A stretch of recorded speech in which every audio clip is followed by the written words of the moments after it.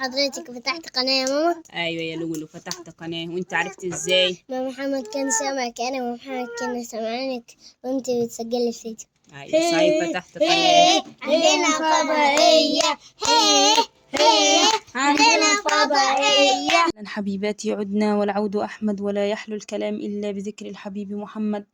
اللهم صل وسلم وبارك على سيدنا محمد صلاة لا تعد ولا ترد ولا يعلم بفضائلها أحد. قبل كل شيء جبر الله خواطركم وعز شأنكم ورفع قدركم، فأنا أقل مما تقولون. حبيباتي، أنا مين ودراستي إيه وليه فتحت قناة وبشتغل إيه، وكلام من القلب وهيوصل للقلب إن شاء الله. فيلا بينا ندخل في الموضوع ونسمي بسم الله ونروح مع بعض على الكورنيش نفضفض مع بعض. أنا يا بنات أختكم هناء، عندي 37 سنة، حاصلة على تمهيدي ماجستير ألسن عين شمس، لدي 3 لغات بالإضافة لإتقان اللغة العربية، موظفة بالقطاع الحكومي، تعيين أوائل خريجين، حيث إني بفضل الله من أوائل خريجي كلية الألسن لعام 2010. باختصار يا بنات، ليه فتحت قناة؟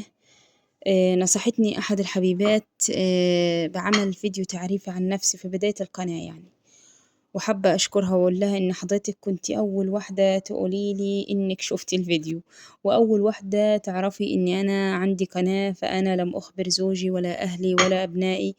درست فكرة القناة 3 سنوات وبدأت على بركة الله التنفيذ، فكانت حبيبتي أول واحدة تقولي استمري هتوصلي، فجزاك الله عني خير الجزاء.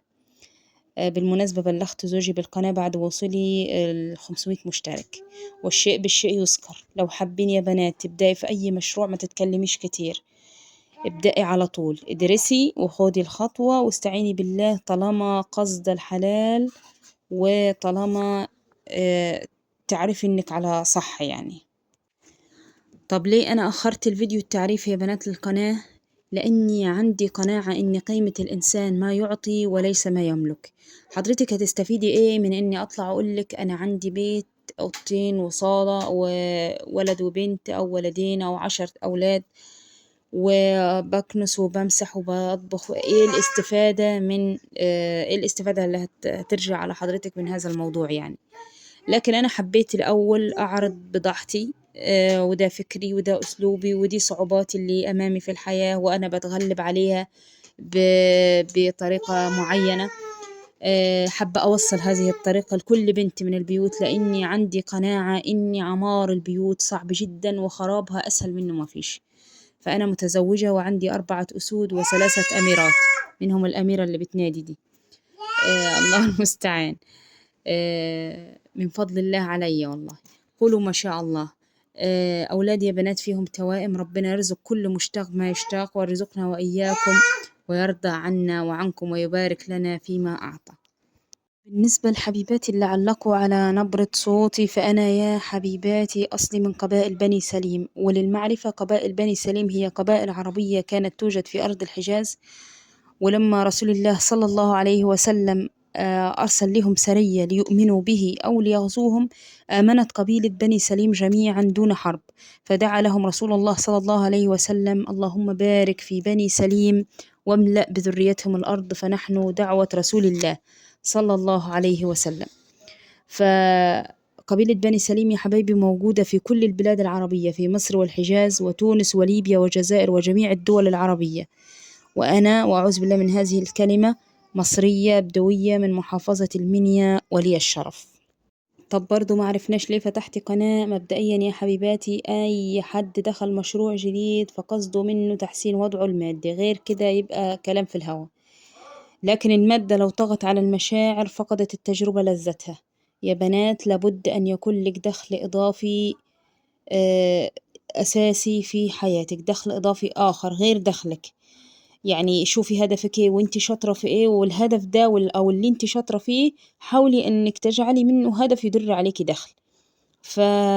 يعني فلوسك دروسك ومالك هو عمك وخالك، دي نقطة.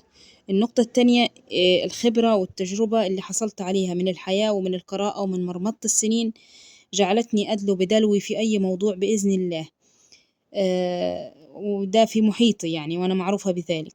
وده مش يا بنات من باب الغرور، ده من باب تقدير الذات.